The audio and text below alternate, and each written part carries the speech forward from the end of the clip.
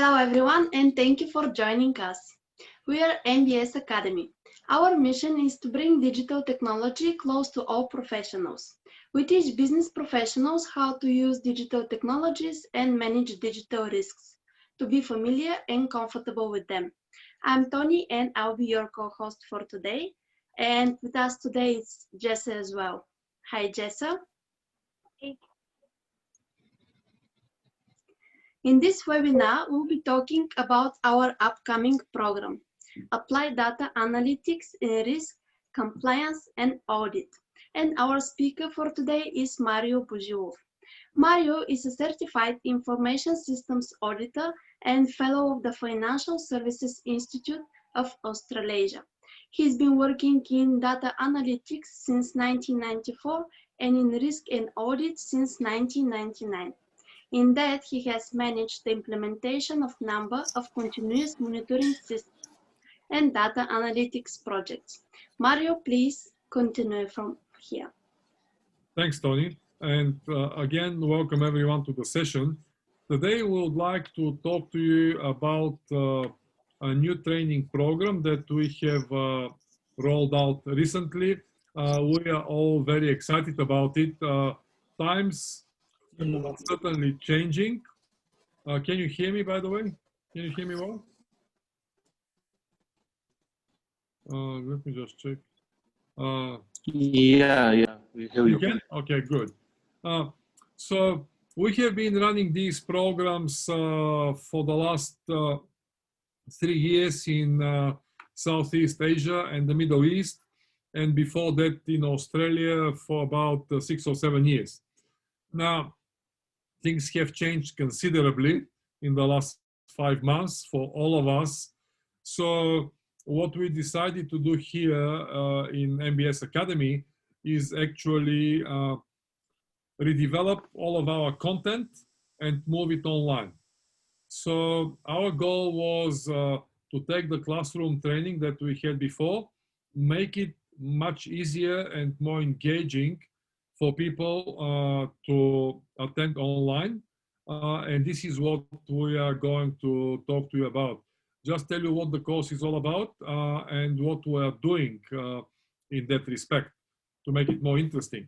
So first, I would like to talk about data analytics in general, because what we're looking here is, why do we need data analytics, specifically in audit? What is the purpose? And it is really important to consider something here. The purpose of information is not knowledge, because people just think about these things and say, okay, well, why are we going to do data analytics? We just need to get some information. But the point is that we want to be able to take right action. As auditors, and I come from IS audit background, I've been doing IS audits for over 20 years. The point is that when we have a finding and when we make a recommendation, we want the auditees and the business areas to actually listen to us, take those recommendations on board and do something about it in relation to improve their processes or to reduce their risks. So what we want is, this is what data analytics is all about. Once we discover something, we want that to be able to be actioned. This is the key. Now, just a quick poll. Metheny, please show the poll. How often do you use data analytics in your organization? Just to get an idea where the things are. All right, you will see a poll pop up on your screen. Please let us know by participating. If you do not see it, please let us know in the chat box.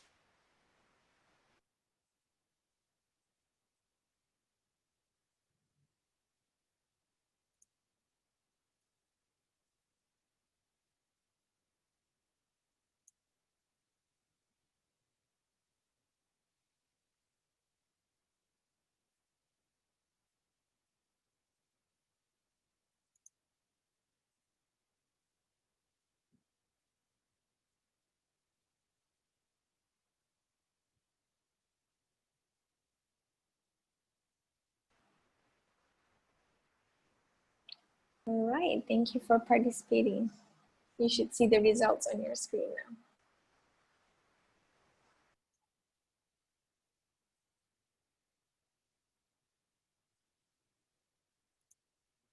now. Okay, can I see the results as well? As well.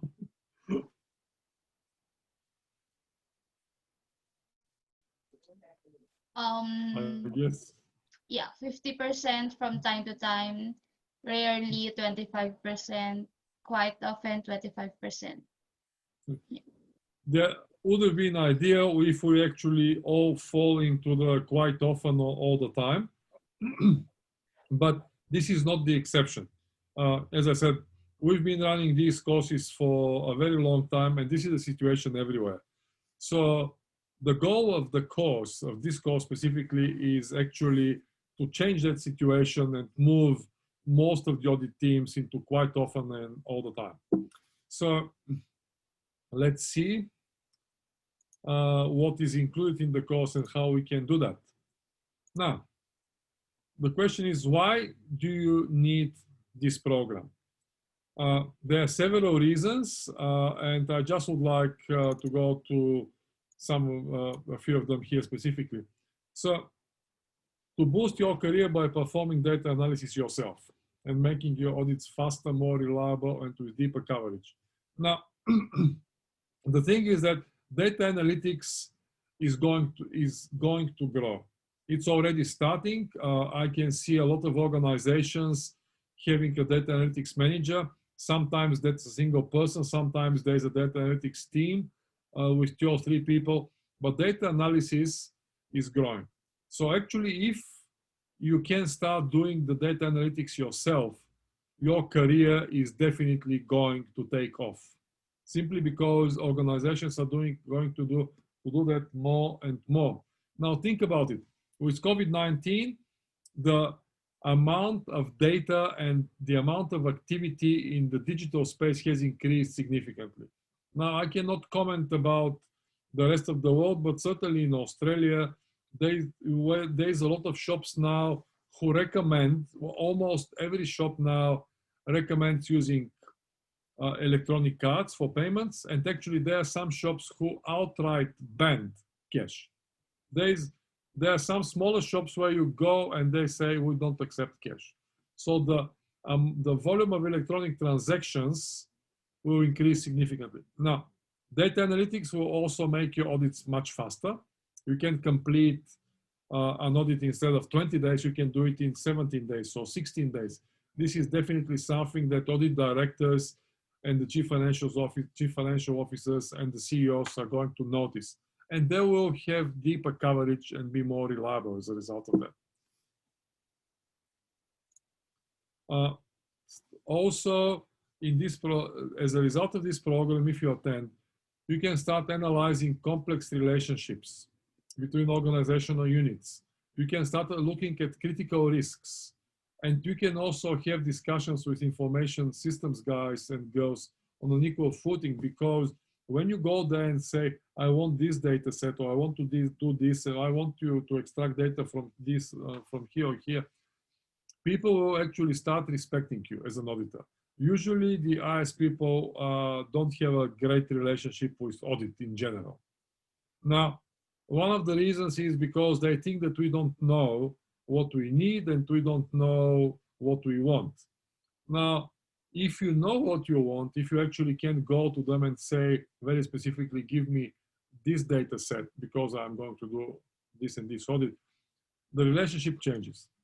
Every single time when I go with some clear requirement to IS, I usually can get cooperation over 90% of the times. There is no all of that, okay, we don't want you to do this, why are you doing that? So you actually start talking to them as an equal. Now, when you start also looking at relationships between organizational units, the things change significantly, because, like, think about it this way. One of the basic audit tests is matching employee to vendor bank accounts. This requires 2 data sets from 2 different places in most cases, the finance system and the payroll system. Now, extracting those technically is not very difficult. However, it is in a business context, it's quite the opposite, simply because you need to talk to get the agreement from the business owner of the payroll system, can be the audit director, and then the business owner of the purchasing system, probably the CEO or the chief procurement officer. And then you need to link these two, and then you need to start looking at any exceptions in them. If you want to check, if you want to do a three-way match, a basic accounting control, where you want to link purchase orders to invoice to delivery dockets, again, not very easy to do. Sampling doesn't work. However, using the knowledge that we're going to teach you in the course, you can do these things quite easily. Also, you can actually make the whole team proactive in managing risks and having all information at their fingertips. Now, in the course, we're talking about business intelligence. We're talking about continuous auditing and continuous assurance. Really important, because as auditors, we can only see some of the things at a point in time. You normally do a payroll audit once every 2 or 3 years, depending what the budget is, but most of the audit plans usually do it, that I've seen personally, do it on a 2 or 3 year cycle. But using continuous auditing and continuous assurance, you can actually do these things on a quarterly basis. And before I started teaching, my company was involved with continuous auditing implementations. We still do some of those. So with continuous auditing, you are moving the cycle from 2 or 3 years to 3 months. Now, this is very important because you can identify risks much earlier. You also have the opportunity to shift or to give responsibility for some of these audit tests to the first line of defense, the business units. And this is when we get into true continuous assurance, audit working together with the business. Now, who can do that? Well, I have implemented systems where we actually started in audit as opposed to the business units. We implemented business intelligence to support continuous auditing and continuous assurance. And after that audit, once they actually started using the system and they were comfortable that everything's okay, they actually opened access to the system to the business units. And well, again, this is one of the modules, and we are covering that in the course. How do you start with continuous auditing? How do you start with continuous assurance? Boost compliance and risk management using external data sources. Now, in the fourth module of the course, we're looking at big data. We're looking at how do we actually get external sources. Like, for example, I was talking to a company in Malaysia, and they are multinational. One of the things specifically in their compliance requirement was actually they have to comply with a number of different legislation pieces around the world. Now, and that was a fairly manual process at the moment. At the time I spoke to them about 18 months ago. Now, the thing is that using big data, it's possible to pull the legislation from different countries, not from all countries, but at least from different countries, identify the changes that have occurred in the last 3 months and incorporate those into the processes. So the highly manual process now can become a semi-automatic process because we can start using big data. And the last one, in the last module, we're talking about artificial intelligence and how to start with it. Now, artificial intelligence can be very complex, but also starting with it is not that difficult. We cover that. So we can actually start using predictive analysis in our work. And one of the examples that we use, and I love it personally a lot, is how do you identify what are the risk factors for a project?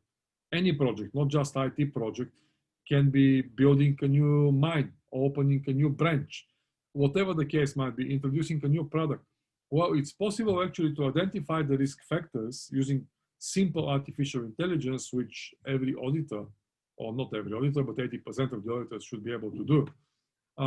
And actually identify those risk factors very importantly at the beginning of the project and deal with them. Not at the end of the project when things are already bad and we need to start mopping up all of the stuff that shouldn't have happened, But if we do that at the beginning, now the value of audit will increase significantly because now we're actually showing the organization how to deal with the risks before they become too expensive to fix and before they take forever to fix.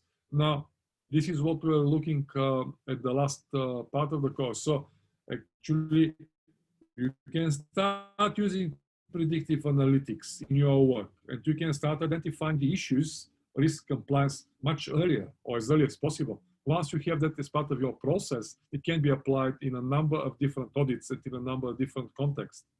So what is the program going to help with? Okay, number one, the question is, how do we start with data analytics? And people are asking that question themselves all the time. And some people want to start, but the question is, where do we start? Okay, in every audit department that I've ever talked to or I worked in, usually there is one or two people who understand data analytics. The rest of the department doesn't. But I always, when I talk to audit directors, audit managers, senior auditors, or any auditor, my view is always that 80% of the people in an audit department can do data analytics. And this is the best way. Now, not everybody needs to do complex stuff, but simple stuff can be done by 80%. And if that's the case, then people say sometimes, but we have a data analytics unit and they can do that for us. No. When you have a data analytics unit, it's even more important for everybody to do data analytics because people can do the simple stuff and the data analytics unit can focus on the complex things. Otherwise, everybody goes to the data analytics unit to get them to do some simple things and they never get the time to actually start doing the complex things. So we want to free up the data analytics unit to do complex stuff. And if we don't have one, doesn't matter. We can all start doing data analytics bit by bit. And eventually, over time, some people will emerge who will become part of the data analytics unit, officially or unofficially, can be a data analytics unit in an audit team simply because data analytics will grow in its importance. And people who can do it will be the people who will be doing it the most and will teach the others. Now, we'll also teach how to understand data analytics approaches and tools. Now, data analytics is a very broad term. And data analytics is not about tools. Tools play a role in it, but there is much more to it. It is a process, and this is a process that we actually cover in data analytics in our course. Now, once we follow the process, we can then apply that process across the board in every single audit engagement that we have.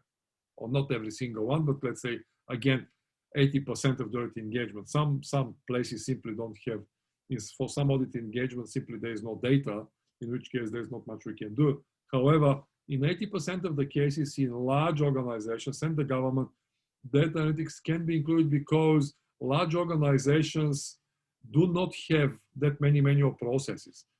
Even if the process is manual, there's still a trace of it in the system somewhere. And if we think laterally, we can actually get the proxy for the manual process from a system somewhere, analyze it, and then incorporate it in our audits. So we're teaching the process of data analytics. We're doing tools, yes. We're using Excel, we're using tools for AI, we're using tools for big data, but the process is the key. Now, once you finish the course, you'll be able to very easily review and monitor multiple processes, systems, or organizational units. Simply because it's not about a simple data set with 100 records that we can analyze in Excel. This is the start. We teach things how to use databases, how to easily use databases, how we can import data sets from a number of systems, and how we can link them. The early example, one of my favorites that I just said before, using the three-way match, analyzing the three-way match, invoice, purchase order, delivery docket, or analyzing employee versus vendor bank accounts. I usually ask how many organizations do that, because this is a basic control that is being taught at university in accounting information systems. Less than 50% of the organizations do that. Maybe somebody is doing it manually in the payroll section and they liaise with the finance section, but that shouldn't be the case. Audit can do that very easily. So we're talking about multiple processes. Now, reconciliations from different parts of the organization. I know of organizations where, because of interface issues, because of politics and a number of other things, actually it's difficult to do a reconciliation between the financial system and the various organizational systems supporting different processes. But once we cover these things in the course, you should be able to do it very easily. Break silos when auditing. Now, the silos are a very big problem in every big organization, okay? So this is my data, you're not having access, and I'm not sharing it with others. Now, leaving aside the fact that it's nobody's data, but the organizational data, we want to be able to link data from customer service, from sales, from payroll, from HR, from finance into a single data set that we can analyze and see what are the relationships. Who are our best employees? What do they do in order to be best? But even if we leave aside what do they do, who are the best ones so that we can actually get them to teach the ones who are not so good, or get them to teach everybody about some of the things. They'll be able to share some knowledge. Do we know in an organization of 1,000 people or 5,000 people? Like, for example, I know that HSBC in Malaysia has got 5,000 employees, just as an example. Other banks have got more. Now, do we know who are the top performers in HSBC so that we can actually get them to teach others? Easily can break the silos in this way. We can incorporate continuous assurance. Now, as I said, continuous auditing is the start. But the ultimate goal is continuous assurance, where we're going to shift some of the work that we're doing to the business units, because audit doesn't have the resources to cover everything. Audit doesn't also have the depth of knowledge. Every single time, and I was responsible for continuous assurance at Brisbane City Council. It's a very large local government with 12,000 employees and $3.5 billion annual budget. Now, the thing is that when you're looking across the whole organization, you have the width of coverage, but you never have the depth of coverage. And I remember once we were producing some reports for the payroll function, and I would glance at them, they would look normal to me because I don't have the understanding, of the people who are working for me didn't have the understanding, the depth of understanding. But one specific quarter, one of the people came back to me from one of the departments and said, listen, Mario, this doesn't seem right. I said, okay, tell me more. He said, oh, well, this type of records, that activity shouldn't be occurring. It was about overtime. It was about allowances, about some other things. I said, okay, yep, no, that's fine. We looked at it, we didn't understand it, simply because we don't have that intimate knowledge of that specific process.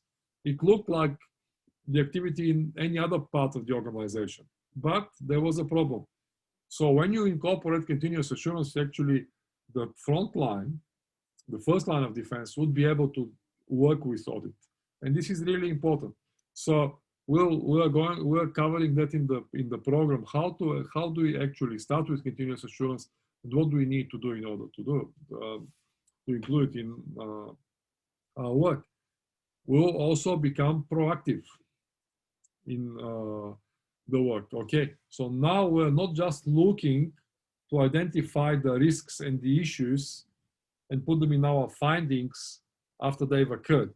We actually can start recommending what to do looking forward, because based on the data that we have investigated, we know that these are the things where potentially problems will occur. We can actually start finding the causes of some of the problems and looking to address them before they actually become problems. It can be people, it can be deficiencies in the process, it can be a number of factors, but we'll be able to proactively start looking at them.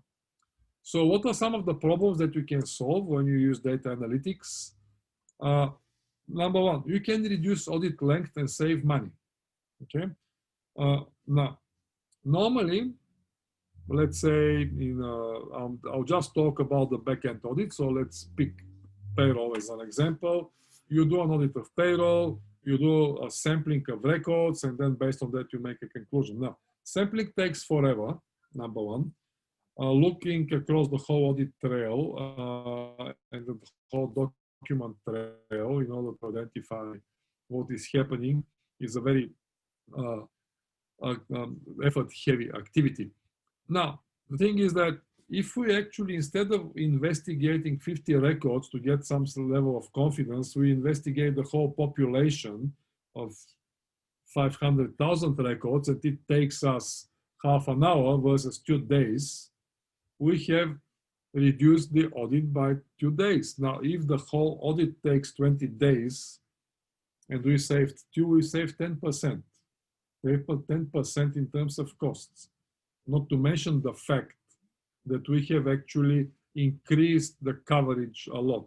Now, people talk to me quite often and they mention sampling, and I just, every time I hear sampling, I want to cry, to be honest with you, because sampling is just a substitute for when you don't have the opportunity to investigate every single record. Now, when people talk about sampling, I always say, if Boeing produces 100 planes, a batch of 100 planes, and tests them by sampling 2 of those and says that the whole batch is okay, and you are sitting in one of those planes on the tarmac ready to take off, would you be confident based on sampling that your plane is safe? I won't be. Do you know that the plane that you are in is one of the 2 planes? Or are you sitting in one of the 98 planes in the batch who have been deemed to be okay based on sampling? This is the problem with sampling. We should use sampling, that it's got its place, but in the most cases, we shouldn't start with it. We only should end with it. And this is what we need to do with data analytics. This is what we can actually remove. Reduce manual effort and errors. Now, if you are sampling paper documents or records manually, even if they're not paper, doesn't matter, we are bound to make mistakes. We are human, right? We all make mistakes. And at 6 o'clock in the afternoon, we don't work as well as we do at 9 o'clock in the morning, right? But if we actually are using data analytics and we have the process for data analytics, the mistakes that we make will be greatly reduced. Communicate results better. Now, this is one of the problems with audit reports. How do we actually get our point across? We have a specific section in the course talking about data visualization and storytelling with data.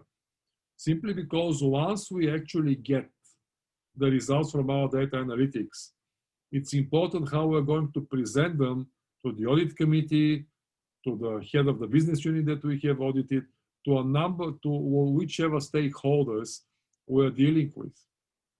So communicating results better, how do we visually do that? Because I've seen some terrible visualizations. They just, instead of actually clarifying whatever you're trying to say, they confuse you even more. And this is not the point. We need to be very clear because we want the auditees to understand what we are saying. We want that senior manager to understand what we are saying and to tell the people working for them, please go and fix this issue that audit has raised with us. We can identify problems earlier, as I said. Continuous auditing. We can actually run the analytics on a quarterly basis. Even if it's not continuous auditing, we can, once we have developed the analytic routines, we can run them not every 3 years. We can run them twice a year. We can run them every 8 months. So, and if it takes half an hour to run it, we can actually incorporate some of that in our audit planning. So this way, we can be monitoring the processes, the high risk areas constantly.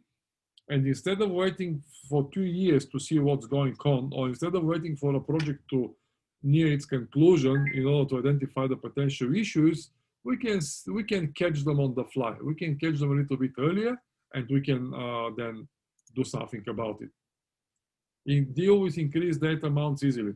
Now, these days, electronic transactions are everywhere. Electronic records are everywhere. Payroll, sales information, purchasing information, financial information, all of this is growing and growing and growing. It's not a problem to easily check and analyze 1 million records. It's nothing. It's not a problem to easily analyze 5 million records because Excel has got a limitation of 1 million. But once we use a database, which we cover in the course, we can actually analyze it, no problem, much higher amounts of information. So who is the program designed for? Number one, it's a foundation level program.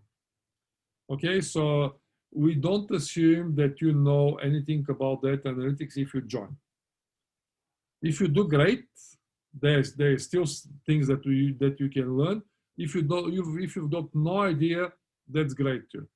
Some of the people who will benefit from the program are now chief audit executives, chief risk officers. Now, these are the people who actually need to drive the adoption of analytics across whole teams. They will understand what it's all about. Then actually internal auditors and other assurance professionals can start incorporating these things that we cover in the program in their daily work. Now, it is really important for me to mention here that this program is not designed for technical people. If you are a techo, and by background I'm one of these, great, but we have designed the program for business people. We don't assume that you are very comfortable with technology. We aim to make you comfortable by the time we finish the program. So what's included in each module? There are 5 in total. The first one is standard data analytics. So here we cover things when you are starting, you cannot start doing complex stuff. So here we'll cover things like we can do some ad hoc analysis. We're looking at simpler data sets, but most importantly, we're looking at the process of data analytics. How do you go about it? We're also covering some of the tools, and we also have a number of practical exercises for you to understand the content better. Now, each module has got a fair degree of gamification, and I'll just show you at the end of the session an example of what we can do and what actually attendees will be doing during the course, because this is designed for the people attending the course to understand better what we are talking about and also to make online learning much more engaging. Advanced data analytics. Now here we're talking about actually moving from Excel and simple tools to more complex approaches where we'll be using databases based in the cloud that you'll be able to log in and perform some analysis. We've prepared the databases, we've prepared the data sets for you. You'll be able to do that yourself. You understand how you can start actually incorporating some of these things in your work. You'll understand what you need to ask the IS people to give you so that you can actually use it in your audits. Advanced plus data analytics is when we talk about continuous auditing, continuous assurance, and also visualization.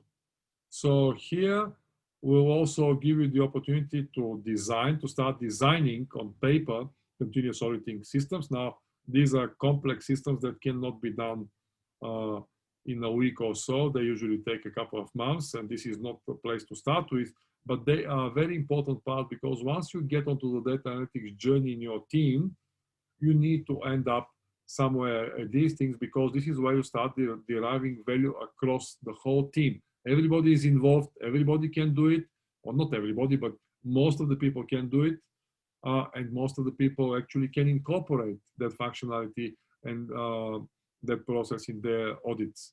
State-of-the-art big data, this is where we talk about what is big data, how can we use it, how can we access it. We have a practical exercise here where we are going to pull data from external sources that you can actually then use in order to put in your analytics and analyze it. State of the art, AI. So here we'll teach you how to actually use artificial intelligence in your audits. This is very important. People think that AI is very difficult. It is difficult. However, you don't need a PhD in order to start with artificial intelligence. That's the perception, that you have to be really some sort of a math or statistics whiz. Definitely not the case. Business people with business degrees like commerce, accounting, finance, HR, marketing can start using data analytics relatively easily. Of course, you can start doing some complex things at some point in time, but at the beginning, you can start with data analytics and do some simple data analytics based on artificial intelligence. And we also teach you here how to start on paper, because see, the thing is that artificial intelligence needs to start on paper. People think that artificial intelligence gets got something with complex tools, data sets, and so on. No, no, no. We actually have a process here as well, and it starts on paper. Artificial intelligence needs to start with people who are not very technology savvy. We want actually to use, not to use, but to talk to the technophobes, because we want them to tell us about the process itself, not about the tools and the technology. That comes second. So this is what we're covering here, and there are also, again, practical exercises where you will be able to see how you'll be able to do AI on your own. Just a quick poll to see the perception around the room. What do you think is some of the benefits? Bethany? All right, everyone, you'll see a poll pop up on your screen. Please participate in it. If you don't see it, please let us know in the chat.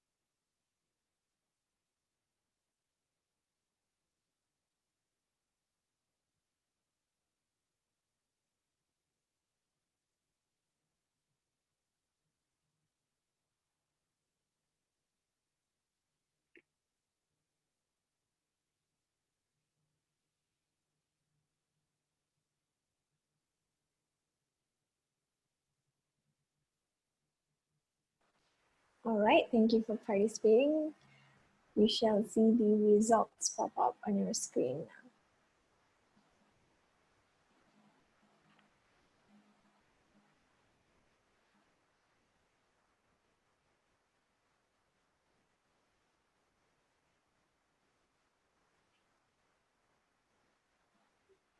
Okay, back to you, Mario. Okay, thanks, Bethany. So now, the question is, we talk about the program, we talk about various modules.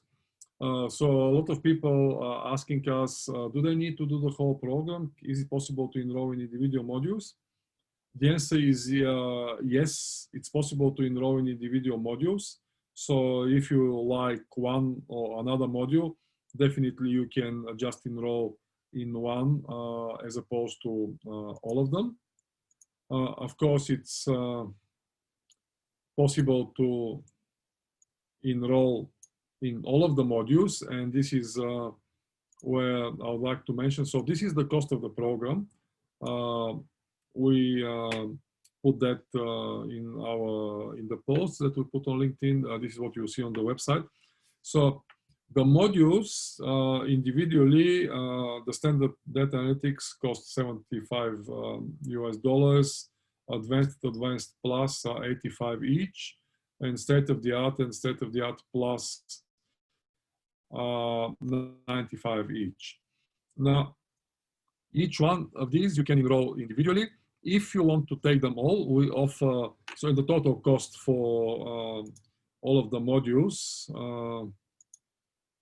is 435. If you enroll in all of the modules, we provide a 10% discount. So the fee for all of the modules is $390. Now, each module is 2 segments of 2 hours, so 4 hours each, 4 hours in length, with a 15-minute break. About 35 to 45 minutes is devoted to practical work, and we provide the data sets and the data and the software for that, and the infrastructure, sorry, the data sets, infrastructure, and the software.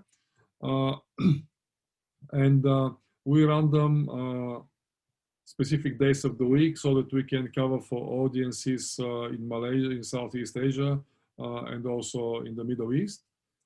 Southeast Asia and Oceania is run on Friday. The Middle East ones are run on Monday. They're exactly the same thing. So if you take the whole course, you can save 10%. I also want to show you something just for a second. I want to show you actually the games that we have prepared. One of the games, not all of them, but this is what we are running in the course. If you come, when you come to the course. So just give me 1 second and I'll load it up.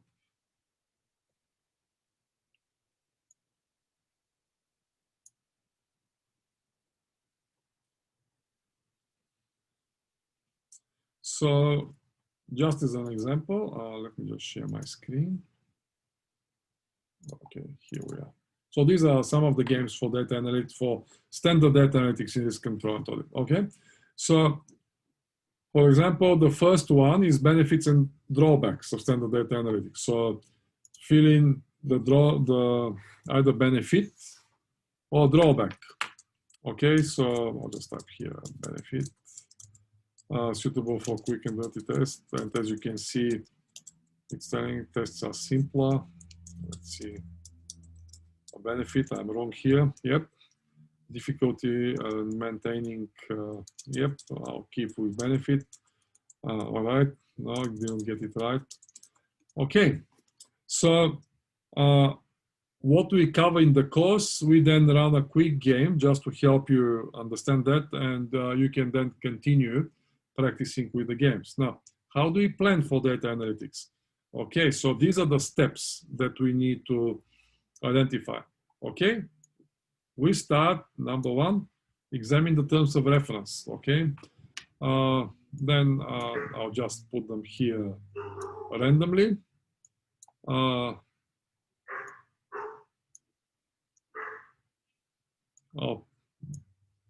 We cover this process and we go through the individual steps for the process. In the course, we explain what each one of them is. I'm just putting them randomly here. The first and the last ones are correct. So in code, examine the terms of reference, we always start with the business. So we always look at the terms of reference. Everything else is secondary. The terms of reference for specific audit review. And then we incorporate the results in the report. So let me check. No, I got them wrong. Okay, never mind. That's on purpose. Then what are some of the examples of standard data analytics? Because we also look at specific examples. These are things that we have done in our implementations, work doing audits for clients or implementing continuous auditing systems. So Invoices paid in the future is an example of accounts analytics in accounts payable. Yep, it's true. Let's move forward. Okay, what else? Payments outside employment is an example of analytics in payroll. False. Yep, it is false, of course. Yeah, I want to finish. I didn't get it right on purpose. Suppliers with PO box addresses only. Example of accounts payable analytics. Yep, that's correct. Let's get another here. So duplicate another wrong one here. Duplicate employees is an example of analytics accounts payable. I'll enter the incorrect answer on purpose. Yep, of course it's wrong. It's part of HR or payroll. VAT calculation is an example of analytics of accounts payable. Let's say it's false, which is wrong. Check it. Yep, didn't get it right. Okay, I got 2 out of 5 right. But this is just something that we wanted to show you what are we actually doing during the course. Okay, so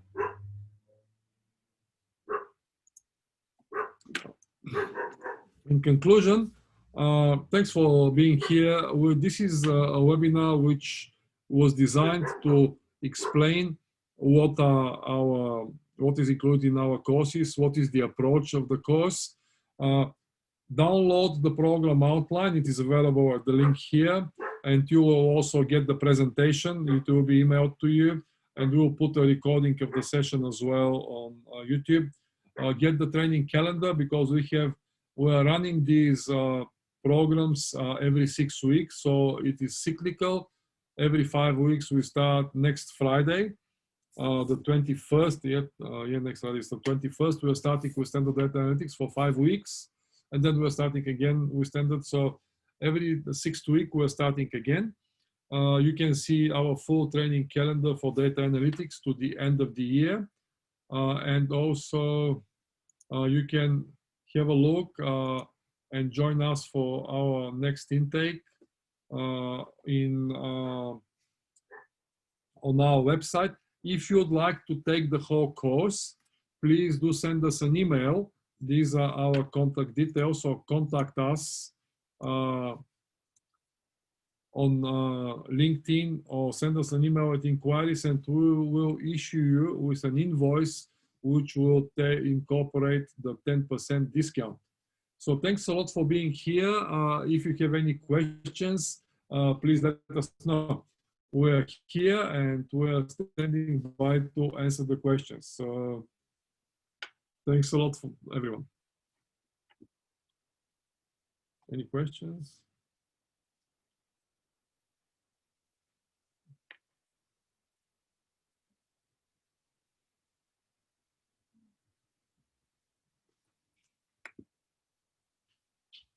No? Okay, well, this is the end of the session then.